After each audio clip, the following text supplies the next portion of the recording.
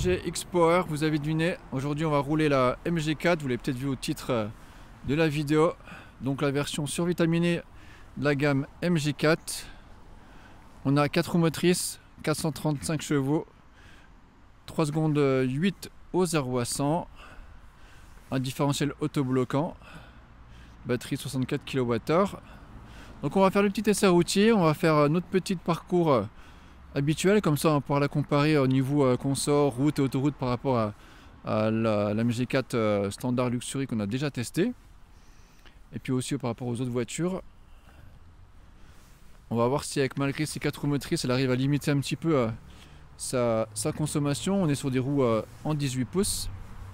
Donc puis surtout on va voir un petit peu les différences au niveau finition et puis son confort sur route, et puis bien sûr sa puissance. Là on est sur une couleur Untergreen, donc un vert chasseur. Mais en fait toute la gamme de couleurs est disponible. Ouais, c'est un espèce de mat satiné qui est vraiment joli. Donc c'est parti, on y va pour l'essai routier, on va mettre les tripes à 0. Allez, on se retrouve au point de départ de notre circuit routier. Donc on a fait 12 km pour venir à notre point de départ, on a consommé que 10,6, c'est assez fou. On va remettre ça à 0. Voilà. Et le total cumulé aussi. Donc au niveau de la config, j'ai testé le mode normal et le mode éco. Récup d'énergie, je suis en fort, et puis j'ai mis le one pedal qui est plutôt pas mal. J'ai pas activé le mode économie d'énergie.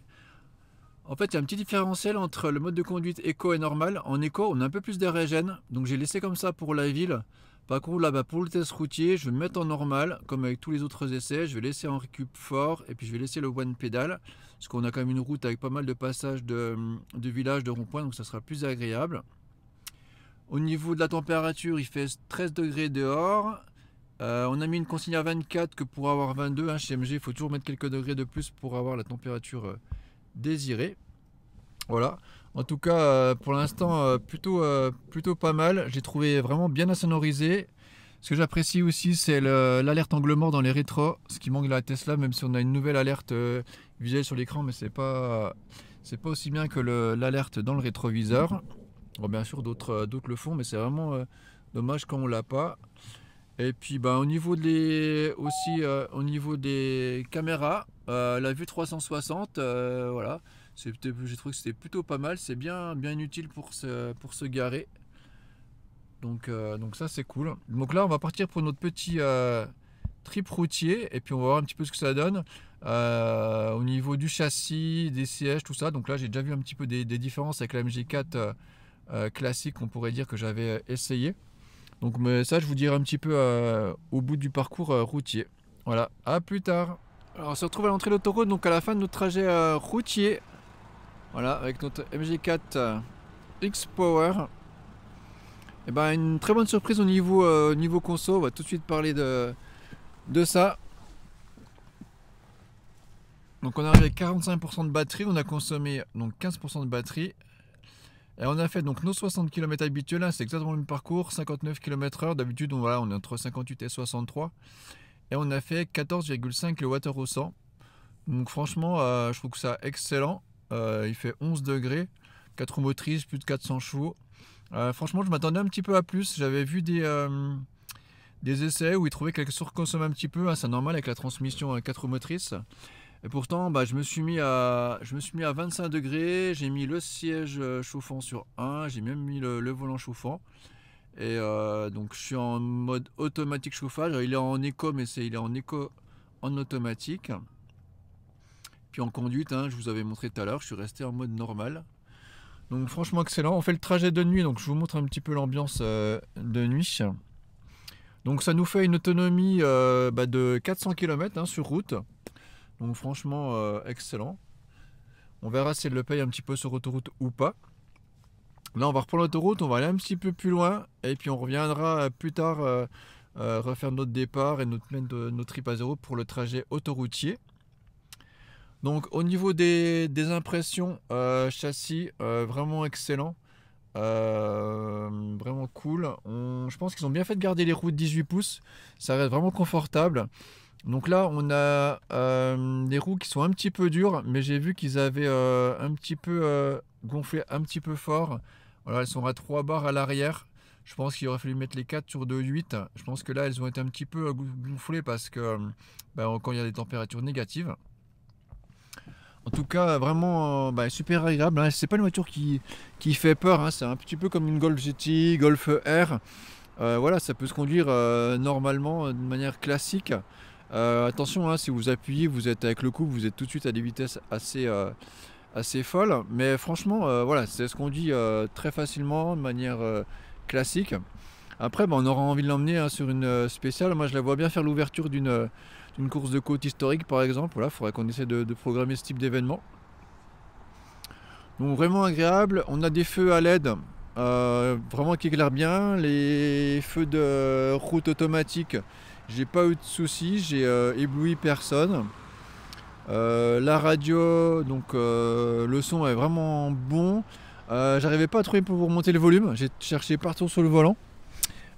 Puis en fait, voilà, les boutons ils sont là, plus ou moins. Donc quand on pousse, c'est pas excellent. Je pense que si vous écoutez la musique assez fort, enfin plus fort, je pense qu'il faudra passer sur la musique sur clé USB où on a Amazon Music. Donc là, ça peut être cool pour avoir des fichiers de qualité. Un truc qui est très bon aussi, c'est le siège. Donc là, vous le verrez pas trop. Je vais vous mettre une photo. Je vais essayer de changer un petit peu la luminosité, ça va être dur. Donc en fait, c'est des sièges baquets. Alors c'est pas des sièges super baquets sport comme il y a en Chine, mais par contre voilà, ils maintiennent vraiment bien le dos, les côtés. Je pense que c'est vraiment important parce que si on attaque, il faut ça. On a l'appui-tête arrière aussi qui est tout près de la tête, donc ça j'aime bien. Par contre, j'aurais voulu avoir un réglage de l'assise en inclinaison. J'aurais voulu un petit peu relever de l'avant de l'assise pour que ça tienne un petit peu plus les cuisses. Donc ça, c'est pas possible. Par contre, on a bien sûr un réglage en hauteur. Donc voilà, je vous fais la vue de nuit, hein, désolé, mais c'est les conditions de l'enregistrement. Donc on va se retrouver un petit peu plus tard pour l'essai sur autoroute. Et puis voilà, on se fera sûrement une recharge rapide. Voilà, en tout cas, le essai routier, super. Vraiment une bonne surprise de retrouver cette voiture. Je pense que vraiment, si on peut passer sur la X-Power, il y a un petit supplément, mais c'est vraiment une voiture vraiment géniale. Allez, à plus tard.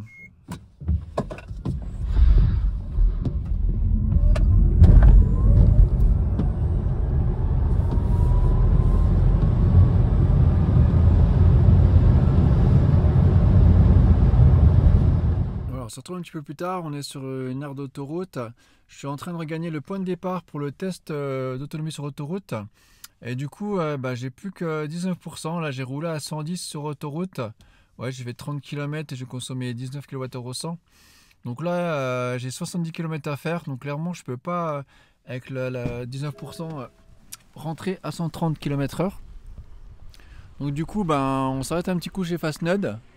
Et puis on va faire un petit complément, on va se prendre 15% ou peut-être 20% pour pouvoir être tranquille, on va voir. Donc comme ça on va pouvoir tester un petit peu la puissance de recharge de la voiture. Donc on va se brancher, on n'a pas l'autocharge activé parce que c'est une voiture de prêt. Et puis je vous retrouve quand j'ai lancé la charge. Voilà, donc là il vient de lancer la charge à l'instant. 19% de batterie. On va voir un petit peu ce qu'elle donne en puissance. Donc vraiment c'est une voiture qui va bien avec la station Fastned là. C'est un joli combo de couleurs. On va voir, c'est parti. Puissance de recharge. Alors c'est parti. Donc la batterie normalement elle est pas très chaude. On a juste fait 30 km.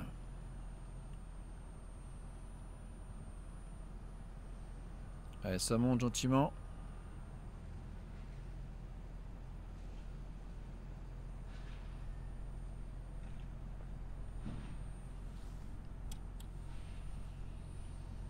Donc on prend 100,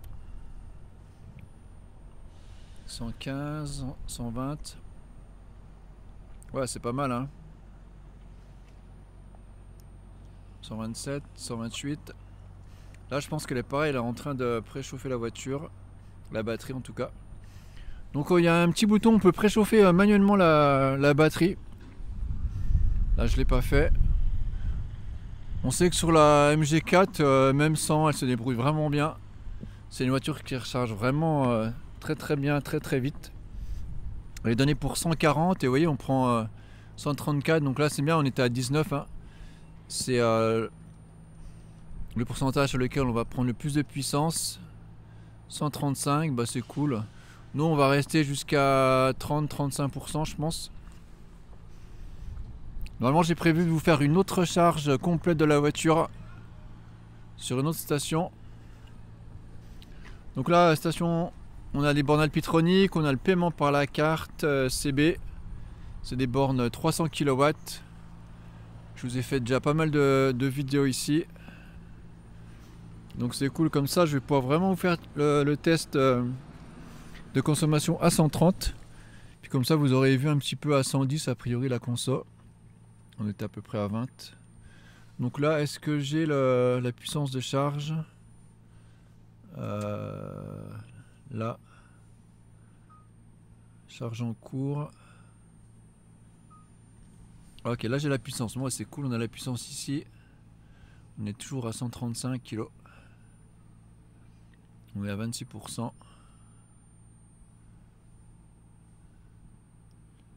Est-ce qu'il nous dit le temps qu'il faudrait pour arriver à 100%? Donc vous voyez, on a un mode long voyage 100% et on a un mode santé de la voiture entre 40 et 80%. On est sur la batterie NMC. Allez, bah l'arrêt va pas être bien long. Allez, je vous retrouve quand je coupe la charge. Du coup, je vous montre un petit peu les feux de la voiture là.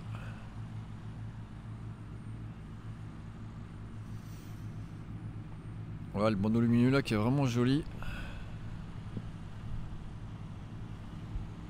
Donc sur l'autoroute, bah, j'ai mis les assistances, hein, l'autopilote, régulateur adaptatif. Franchement nickel, changement de voie, ça se déconnecte pas comme la Tesla. Franchement super agréable, super doux, j'ai pas le ping-pong dans la voie. Donc franchement nickel pour les aides à la conduite. Ça s'est vraiment bien passé. Donc on se retrouve à 35%, juste quelques minutes après. En puissance on a un petit peu redescendu, on est à 130. 129 kW de puissance. Puis on a gagné le double d'autonomie en quelques minutes. Ça. Allez, on va encore se laisser 3% et puis on ira l'arrêter à la borne. Allez, on a pris 20% en 7 minutes. Et là, c'est la puissance qui commence à remonter. Donc là, elle a mis en température la batterie et on commence à à retrouver la puissance maxi. Je pense qu'on pourrait dépasser, mais on va faire un test complet. Donc là, 40%, on va s'arrêter. On va refaire un test complet sur une autre station. Donc là, je vais couper la charge. On va juste attendre peut-être les 140. Non, allez, on coupe la charge, 40%. Donc on va remettre le trip à 0. Et puis bah, ce que je vais faire, je vais vous retrouver tout simplement à l'arrivée de ma session autoroute. Donc 60 km sur autoroute, on va rouler à 130 compteurs. Voilà. Donc à tout de suite pour vous. Voilà, on vient d'arriver à la sortie de péage après nos 50 km sur autoroute. Donc on va voir directement le verdict. Donc on a fait 50 km, on était à 118 de moyenne, là qu'on vient de s'arrêter, ça redescend. Donc on était à 29, après 28, voilà, on finit à 27, quasiment 27 kWh au 100. Là ça redescend parce qu'on vient de s'arrêter. Donc c'est quand même beaucoup, hein. Je pense qu'elle paye un petit peu son profil aérodynamique. Après je pense pas que ça soit à cause des deux moteurs. Je vais vous mettre le tableau, je sais plus, je pense que j'ai bien fait 24 de mémoire avec la MG classique. Je suis pas certain. Après il faut voir aussi les conditions. Donc là moi j'avais vraiment laissé, donc j'ai mis volant chauffant, siège chauffant 24 degrés, la clim en auto.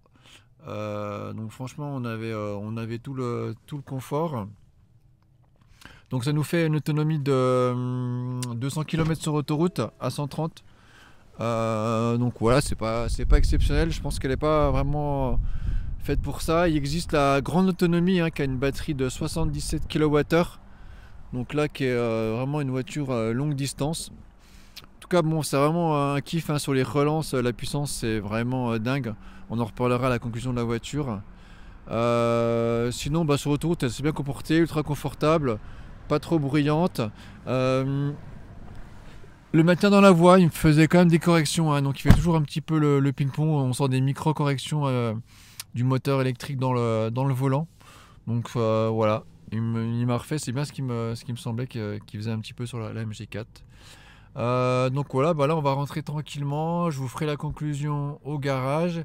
Et si ça vous intéresse, il y a une vidéo de recharge, on va faire un 10-80% chez Electra avec cette MG4 X-Power. Voilà, c'est une autre vidéo que je vous mets en lien, je vous mets le lien dans la description, en commentaire épinglé, et puis à la fin de la vidéo. Mais en tout cas, restez là pour notre conclusion.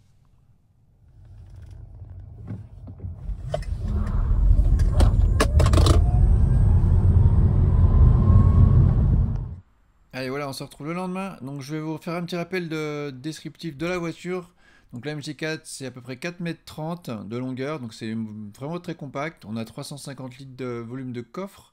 Ici sur cette version, donc on a une Vmax de 200 km/h. Donc la X-Power, on a une suspension, une direction qui a été raffermie de 25%. Et puis on a des bras de suspension qui sont plus gros, qui sont en aluminium, voilà, pour avoir plus de rigidité. Au niveau des disques de frein aussi, on a du 345 à l'avant et du 340 à l'arrière. Donc là, au niveau tarif, on est à 40 500 et il y a la remise de 7 000 euros, remise qui est valable sur toute la gamme chez AMG. Donc on arrive à 33 500, donc moins de 34 000 livrés clé en main. Donc c'est vraiment un tarif hyper canon. D'ailleurs, on est à peu près au même prix que la grande autonomie, la modèle avec la batterie de 77 kWh qui est à 520 WLTP. Donc ça peut être un choix qui peut être cornélien entre les deux, il y a très peu d'écart de tarifs. Donc après, je vais vous donner un petit peu moi mon retour et ressenti.